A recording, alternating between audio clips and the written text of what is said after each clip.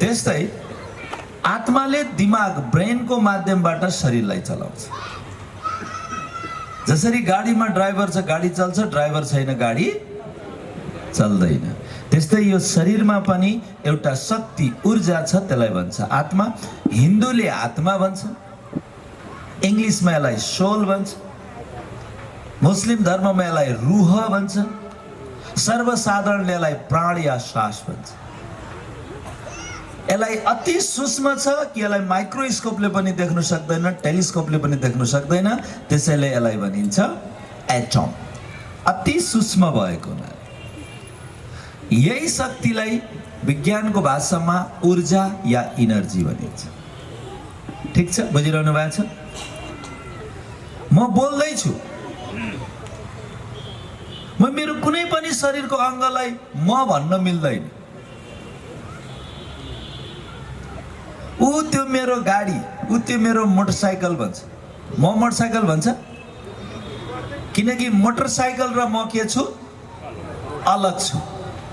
जो म भन्दा अलग छ तर अधिकार मेरो छ भने त्यसलाई मैले मेरो भन्छु। जस्तो उहाँले मोबाइलले खिचिरहनु भएको छ तर त्यो मोबाइल उहाँको हो, मेरो होइन, त्यसमा अधिकार मेरो छैन। तर यहाँनिर पनि मोबाइल छ, यो मोबाइलमा मेरो अधिकार छ, यसलाई मैले मेरो भन्छु।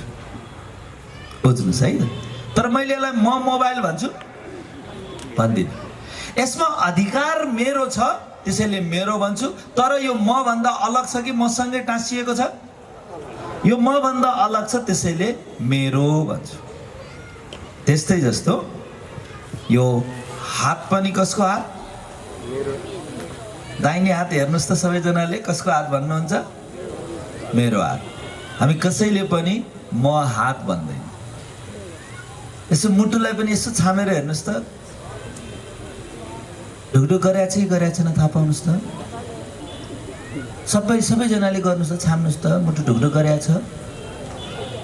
पत्ता लगाउनुहोस् त्यत्तिकै छ न भन्नु, पत्ता लगाउनु त ढुकढुक गरेछ कि छैन। नगरे भए कसरी बाँच्छ नभन्नु न, छामेर हेर्नुहोस् न गरेछ कि छैन। गरेछ छ, त्यसो यहाँ समातेर छ अरे, यहाँ ढुकढुक गर्छ, यहाँ होइन। यो कसैले गरेको छ भने देखाइ, नगरे कहाँ अनि ढुकढुक गरेछ कि छैन महसुस गर्नुहोस् त। गरेछ भने जिउँदै हुनुहुन्छ।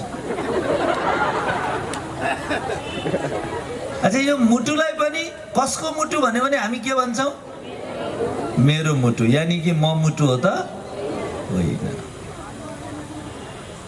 अच्छा, यो हात टाउकोमा राख्नुहोस् त, सधैँ अर्कालाई आशीर्वाद दिन्थे, आज आफेर खानुहोस् त। कसको टाउको? मेरो टाउको। सधैँ तेरो टाउको भन्थे, आज मेरो टाउको। टाउको पनि कसको रहेछ? मेरो, यानि कि म टाउको होइन, टाउको भन्दा म के रहेछु? अलग छु। कोही मान्छे मर्यो भन्छ, अब छैन, हुनुहुन्न भन्छ। ती अगाडि छ, उहाँ गइसक्नुभयो भन्छ, भन्छ कि भन्दैन? छैन, गइसक्यो भन्छ। ती छ, गइसक्यो अरे। ल आखिरी के गयो? किनकि त्यो ऊर्जा, त्यो शक्ति, त्यो इनर्जी जानुलाई नै मृत्यु भनिएको रहेछ। बुझ्नुभयो? कहिलेकाहीँ 100 वर्ष पुग्छ, 110-15 वर्षमा पुग्छ, शरीर शिथिल हुन्छ, शरीरको अङ्गले राम्रोसँग काम गर्दैन, आत्मा शरीरबाट अलग हुन्छ, त्यसलाई भन्छ मृत्यु। कहिलेकाहीँ 75-80 वर्षको 85 वर्षको उमेरमा पनि आत्माले शरीरबाट अलग रहन्छ। ब्लड प्रेसर हाई थियो, अलिअलि ग्यास्ट्रिक थियो, युरिक एसिड थियो, आत्मा शरीरबाट अलग रहन्छ, त्यसलाई भन्छ मृत्यु। कहिलेकाहीँ 40-45-50 वर्षको उमेरमा पनि आत्माले शरीर छोड्छ। चिनी रोग, डायबिटिज थियो, हाई ब्लड प्रेसर थियो, वगैरह वगैरह। जब शरीरको महत्त्वपूर्ण अङ्गले काम गर्न छाड्छ तब आत्मा शरीरबाट अलग हुन्छ, त्यसलाई भनिँदो रहेछ मृत्यु।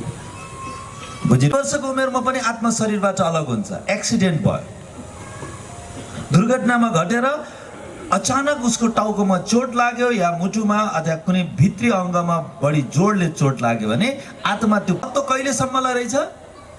जबसम्म आत्मा शरीरमा छ। जुन पल, जुन क्षण आत्मा शरीरबाट अलग रहन्छ, बस आफ्नै घरको परिवारले उसलाई खाटबाट तल ओह्राल्दिन्छ। मेरो घर, मेरो कमाई, मेरो जग्गा जमिन बस सब मेरो सिद्धि हो। कहिले मर्ला र खाटबाट तल झारमला चाहिँ गर्छ गर्दैन? राख्छ त। आफ्नै खाटमा शरीर छोड्या रहेछ भने नि मर्ने बित्तिकै आफ्नै सन्तानले तल झारिदिन्छ। अनि बाहिर हल्ला पिटाउँछ, फलाना त खस्यो अरे। के को खस्ने नि? खसालेको है।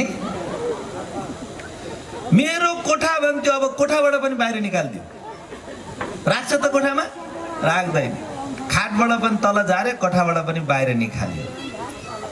कसैको मोबाइल नभएको हाम्री आमैको रहेछ। इटहरीको धनी मान्छेको फोन आएको, डिस्टर्ब गर्नु हुँदैन।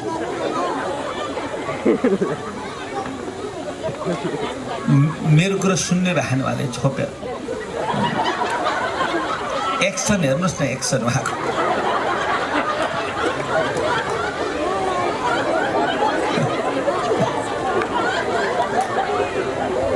यति महत्त्वपूर्ण थियो फोन, त्यो अहिले नउठाएको भए कोही न कोही खुत्रुकै।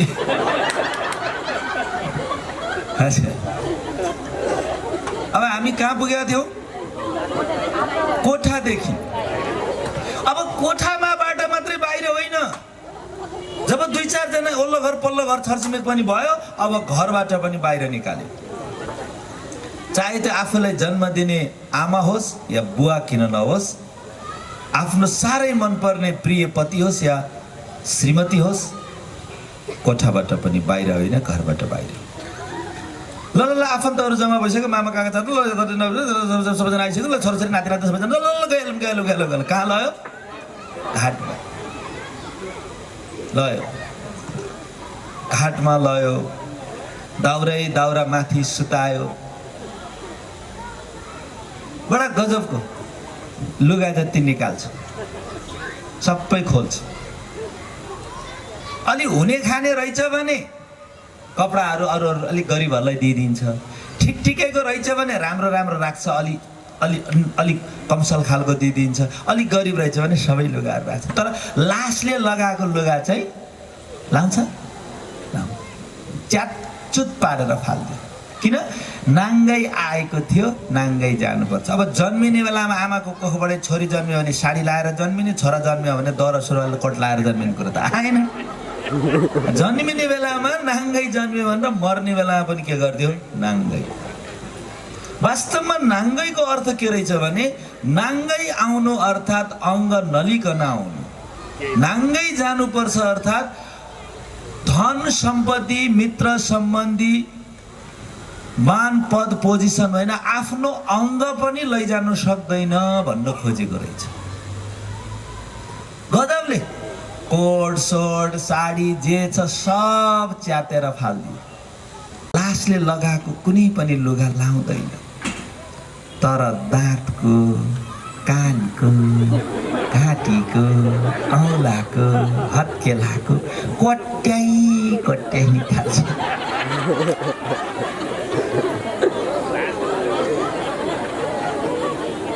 त्यसैले हाम्रो सम्पत्ति भनेको कति हो अरे भन्दा त्यो सुन पनि लगाउँदा घोटिएको मात्रै अरे, बाँकी त छोरा बुहारीले लिन्छ अरे।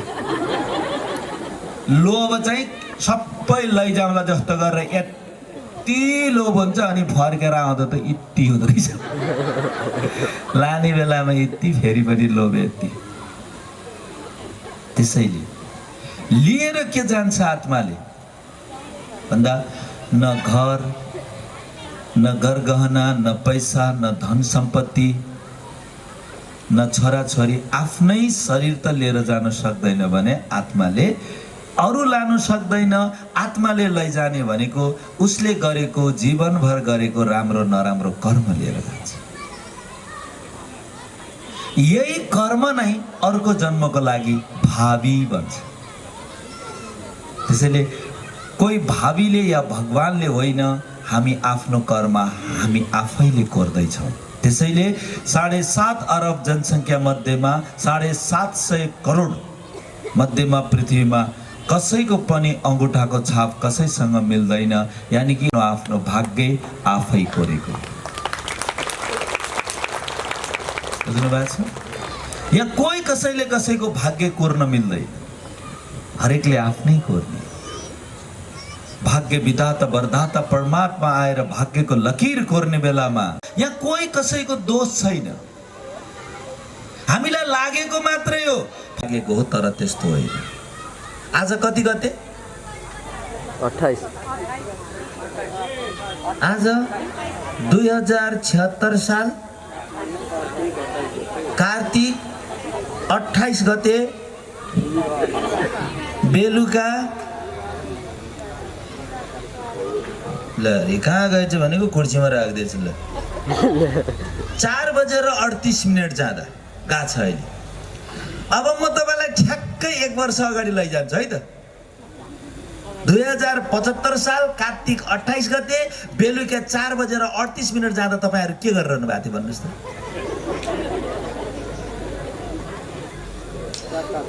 जब 1 जन्म अगाडिको कुरा, 1 वर्ष अगाडिको कुरा त हामीले बिर्स्यौँ भने 1 जन्म अगाडिको कुरा कहाँबाट सम्झिने? आत्माको विस्मृति हुँदो रहेछ। नत्र त के हुन्छ, अघिल्लो जन्ममा तैँले मलाई यति पैसा दिन बाँकी थियो ले भन्न जान्छ। यो विस्मृति भए पनि हिसाब किताब चाहिँ तलमाथि हुँदैन रहेछ।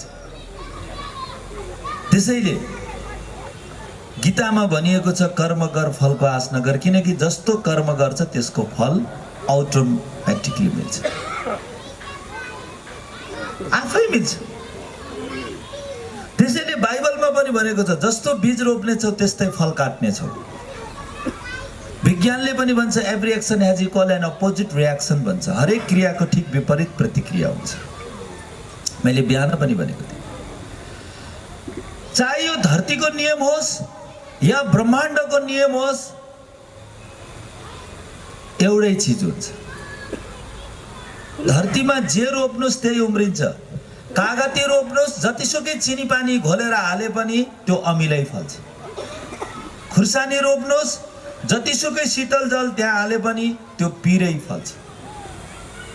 करेला रोप्नुस्, जतिसुकै मिठो मिठो चिज ल्याएर त्यहाँ दिए पनि तितै फल्छ। धरतीले त्यही दिन्छ जे रोपेको थियो। यो धरतीको मात्रै होइन, आकाशको नियम पनि त्यही हो। अहिले रेडियोमा गएर बोल्नुहोस्, टोन जान्छ। मैले जे बोल्छु मेरो जस्तो आवाज छ हुबहु त्यही आवाज त्यही शब्द त्यो स्थानमा पुग्छ। बुझिरहनु भएको छ? यो नियम। त्यस्तै कर्मको पनि नियम हो। आज हाम्रो जीवनमा जे जस्तो भइराखेको छ या कोही कसैको दोष छैन। हिजो मैले नै गरेको कर्म मलाई फर्किएको मात्रै हो। बुझिरहनु भएको छ?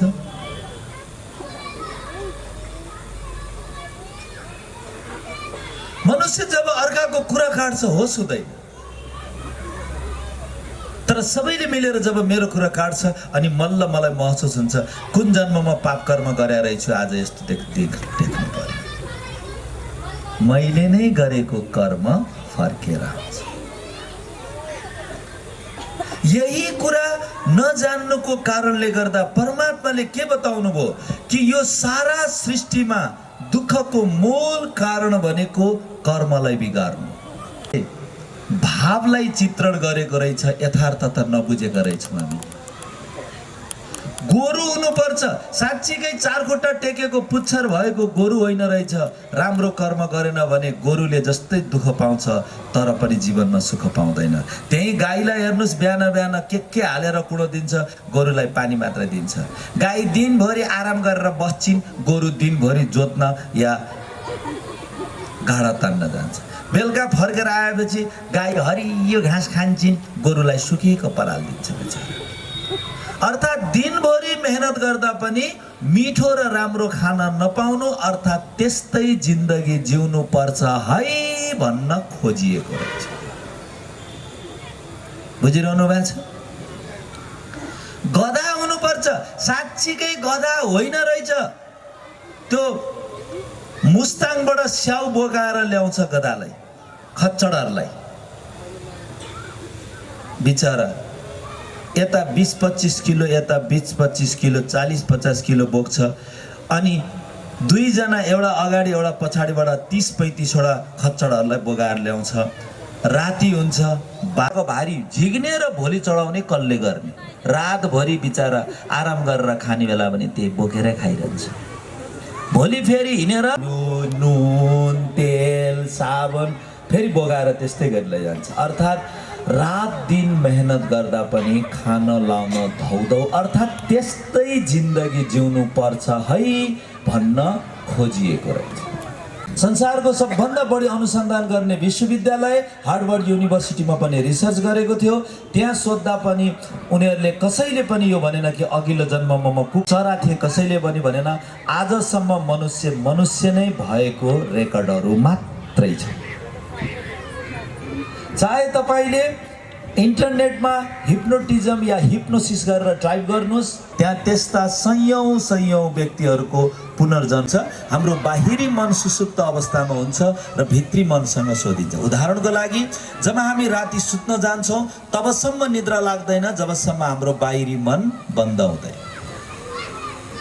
मन दुखी हुँदा पनि निद्रा लाग्दैन भने मन खुसी हुँदा पनि निद्रा लाग्दैन। त्यो सुतिसकेर पनि निद्रै लाग्दैन। या बेसरी मिल्ने साथी भेट भयो। हजुरहरू मध्येमा बच्चाको कुरा कतिजनालाई थाहा छ? बच्चा सानो छँदाखेरि स्कुल गएको, साथीहरूसँग खेलेको, आमाको काखमा लुटीपुटी गरेको थाहा छ हजुरहरूलाई? कसैलाई थाहा छ? सानो बच्चाको कतिजनालाई थाहा छ? थाहा हुनेले ल कहाँ थियो यो कुरा? कहाँ थियो? अहिलेसम्म बचपनको कुरा त याद गरेको थिएन। अहिले मैले भन्ने बित्तिकै कहाँ थियो? किनकि आत्मामा त्यो रेकर्ड थियो, भरिएको थियो। मैले याद दिलाउने बित्तिकै तपाईँले गर्नु। कुनै मान्छे बिर्सिएको हुन्छ, याद हुँदैन। तर त्यो मान्छेले मलाई दुःख दिएको थियो, सताएको थियो, नराम्रो कुरा गरेको थियो, मलाई वचन लगाएको थियो, साह्रै मनमा बिज्ने गरेर भनेको थियो भने यहाँ अहिले झुक्केर कहीँ ठ्वास त्यसलाई भेटोस् त पहिला त्यसले के भनेको थियो, कुन कुन शब्द बनाएको थियो, मलाई कस्तो गरेको थियो, सरह सम्झिने बित्तिकै अनुहार रातो भएर आइसक्छ। यसको मतलब त्यो कहाँ रेकर्ड थियो? त्यो आत्मामा भरिएको थियो। त्यसैले आत्मामा न केवल यो जन्मको बल्कि कैयौं जन्मको कुराहरू भरिएको हुन्छ। यही आत्मामा भरिएका राम्रा नराम्रा बानी बेहोरा र स्वभावको आधारमा आत्माले जब अर्को जन्म लिन्छ त्यो उसले अघिल्लो जन्मको कर्म बानी बेहोरा र स्वभावलाई पनि साथसाथै लिएर आउँछ।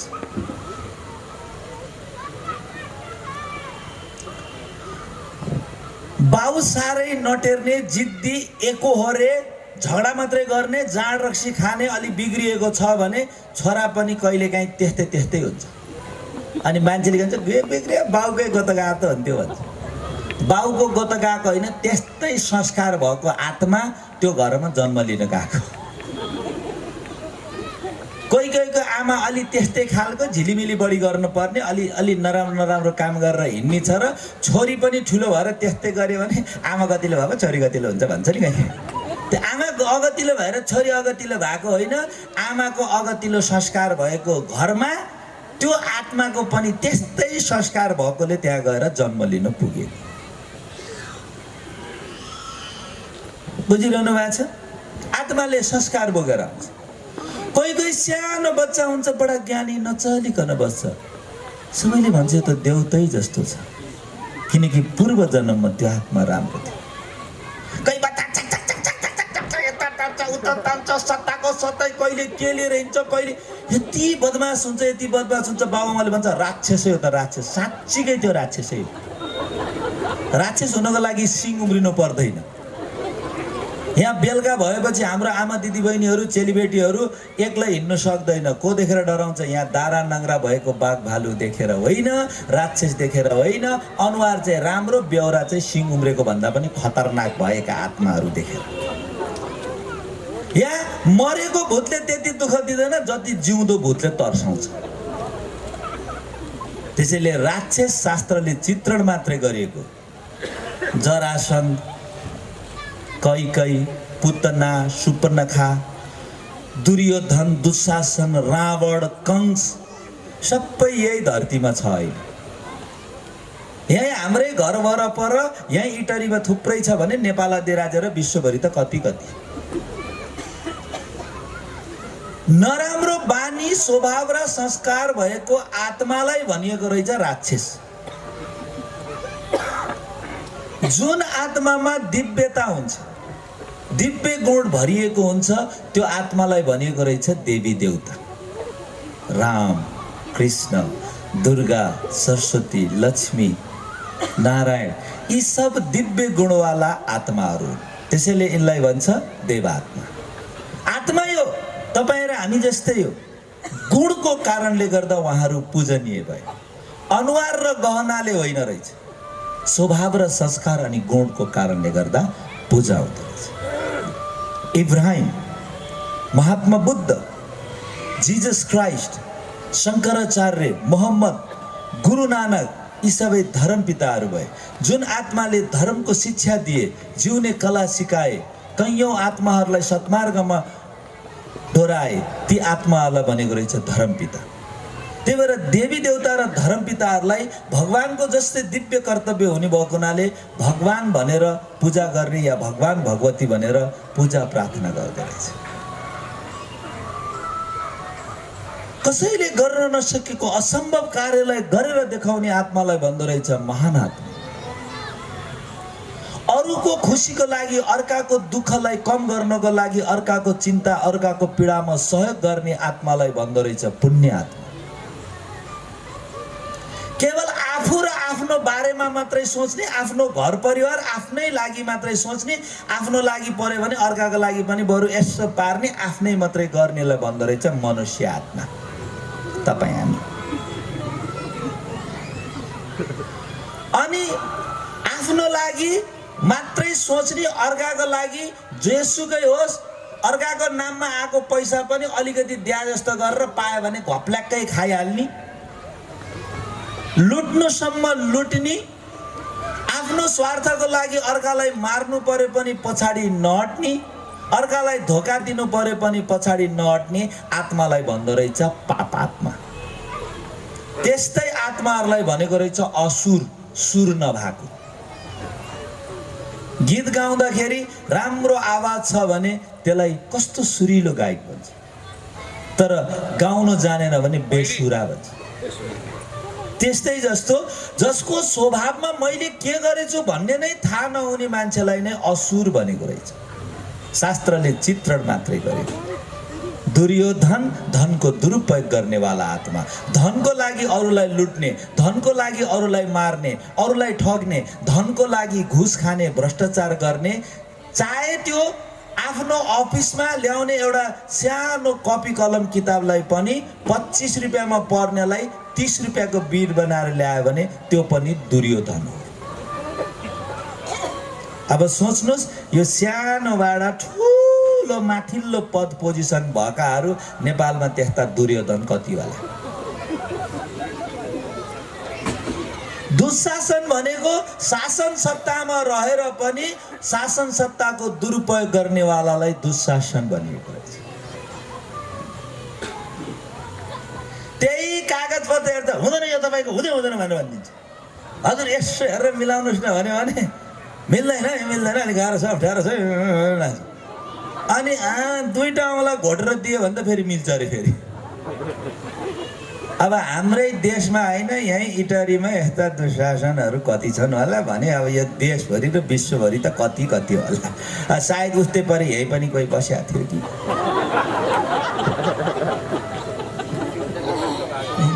पिर नपरोस् है कसैलाई पनि। फलानाले मैले यसरी भने नभन्नु, गरे भए भने पनि होला।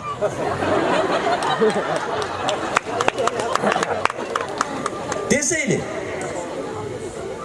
असुर भन्छ नि, महिषासुर असुर लाग्यो कि। यो सब के हो? यो यसै बेलाको यादगार हो, शास्त्रमा चित्रण मात्रै गरिएको।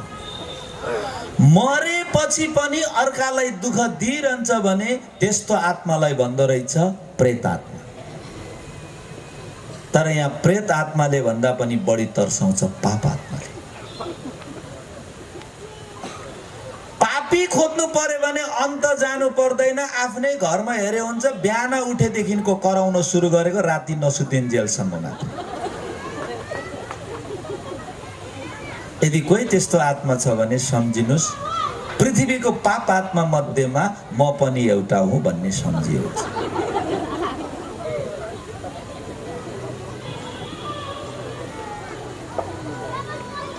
चित्त त दुख्या छैन, दुखे नि क्या नि त दुखोस्। बुझिरहनु भएको छ?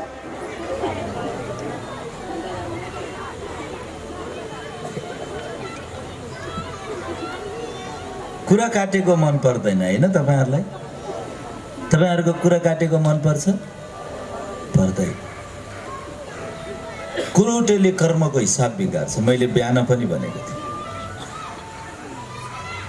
अर्काको नराम्रो कुरा बोकेर हिँड्ने जस्तो पाप आत्मा पृथ्वीमा अरू कोही पनि हुँदैन। कहिलेकाहीँ आत्माहरूले के गर्छ भने म चाहिँ असाध्यै राम्रो, म चाहिँ ज्ञानी, एकदम सुध्रिएको म भन्छ। ऊ त्यसको यस्तो बेहोरा छैन, ऊ त्यसको यो छैन, ऊ त्यो यो। अर्काको लिस्ट हुन्छ।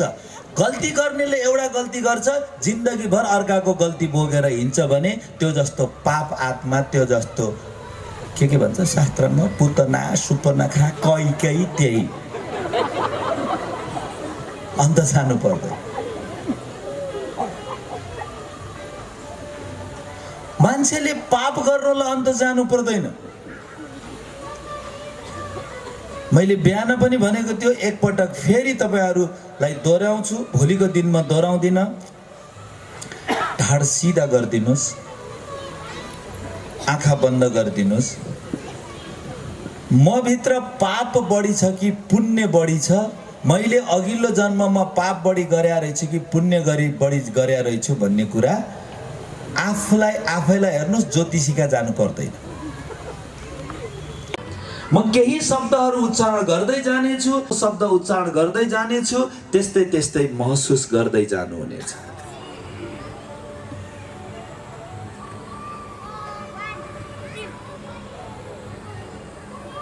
आफूलाई जन्म दिने बुवा र आमालाई सम्झिनुस्। यो त्यही बुवा आमा हो जसले मलाई यो जीवन दियो। मेरो यो जीवन मेरो बुवा र आमाको उपहार हो। अरूलाई नहेर्नुहोस्, आफ्नै अन्तर्मनमा निहाल्नुहोस्। जन्मिएको थियो, म कस्तो घरमा जन्मिएको थिएँ याद गर्नुहोस्। मेरो बुवा आमा सम्पन्न हुनुहुन्थ्यो, शिक्षित हुनुहुन्थ्यो, पुण्य कर्मको फल।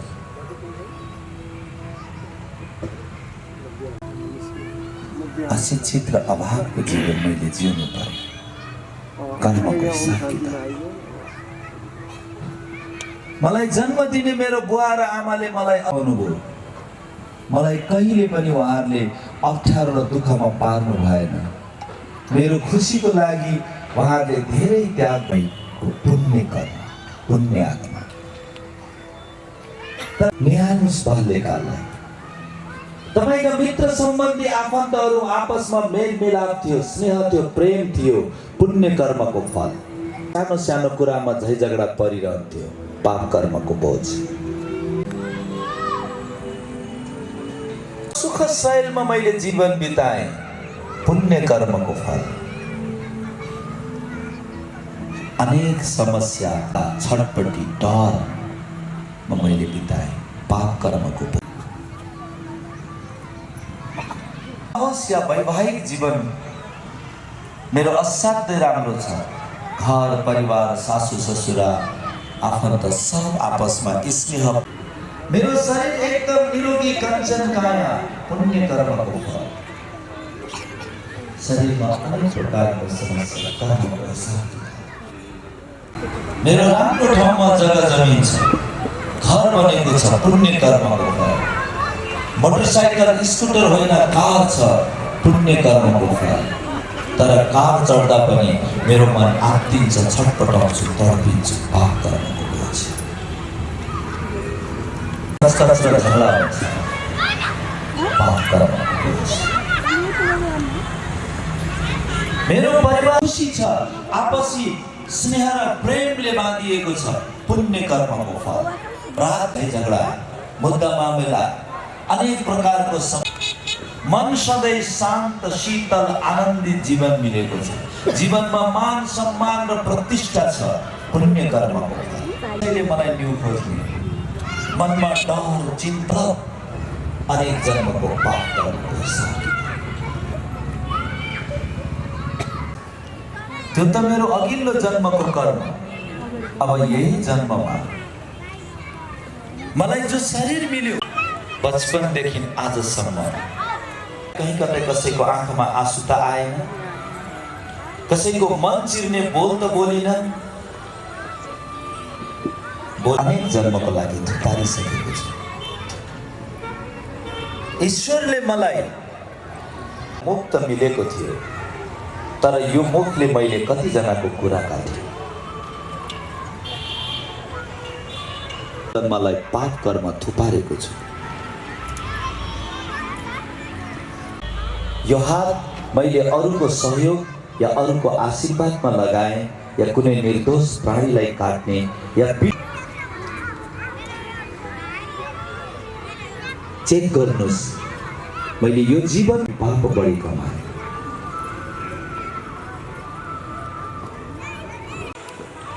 सब वचन सुन्नको लागि, परमात्मा ज्ञान सुन्नको लागि काटेको कुरा, अर्काका नराम्रा चिज त मैले सुनेर बसिन। ईश्वरको नाम, तर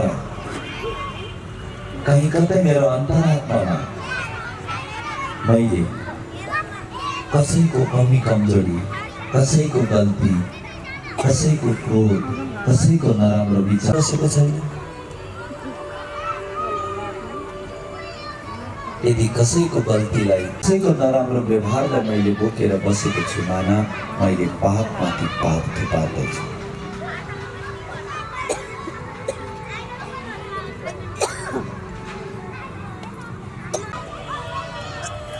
निहाल्नुहोस् आफूलाई।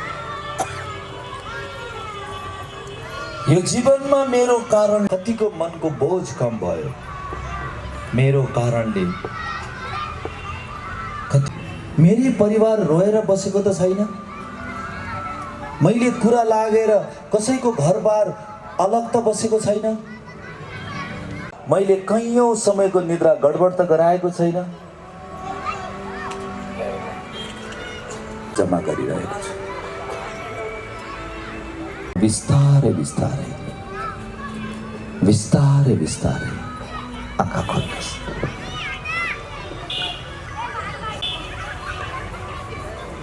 मैले दुईटा चिजको स्मृति दिलाए। एउटा, अघिल्लो जन्ममा पाप बढी रहेछ कि पुण्य बढी रहेछ कि पुण्य बढी गरिरहेछ, चेक गर्नुहोस्। मैले कति निर्दोष प्राणीलाई मैले खाएँ रहेछ भन्ने कुरा आफै थाहा पाउन सक्नुहुन्छ। पनि आत्मा पुण्य आत्मा छैन अरे। त्यसैले कसैको नामको अगाडि श्री भने केवल देवी देवतालाई मात्र।